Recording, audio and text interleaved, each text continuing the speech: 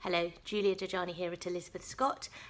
Just checking in to talk about my entertaining week.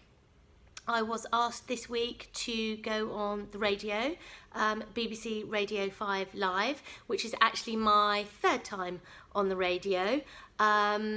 This week's discussion was a little more lighthearted than some of the ones I've done before. I was asked to go on the Emma Barnett show and talk about a property that is currently on the market in Adelaide in Australia, and Emma had named it the Zombie House because it was full of zombies and creepy clowns and very, very spooky spiders.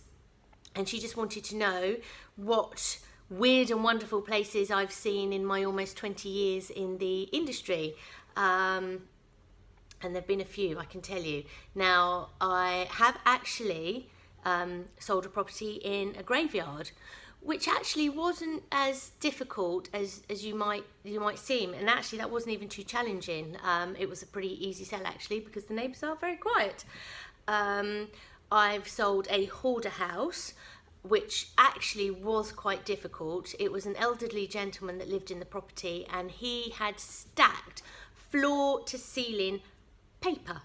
There was a small path in each room, about the width of your average person, and on viewings you had to walk through the path and then kind of shuffle and reverse out a little, and it was in every single room. I have no idea why he decided to collect paper, but that was his hobby. We had a property on the market which we did sell, which had a very, very strange steel chamber built into the bedroom with padlocks all on the outside, and to this day I don't know what was behind there because we never had access to it. But perhaps the funniest property that I've been involved in selling was a property that was tenanted, and the tenant had made it very clear that he didn't want to leave the property.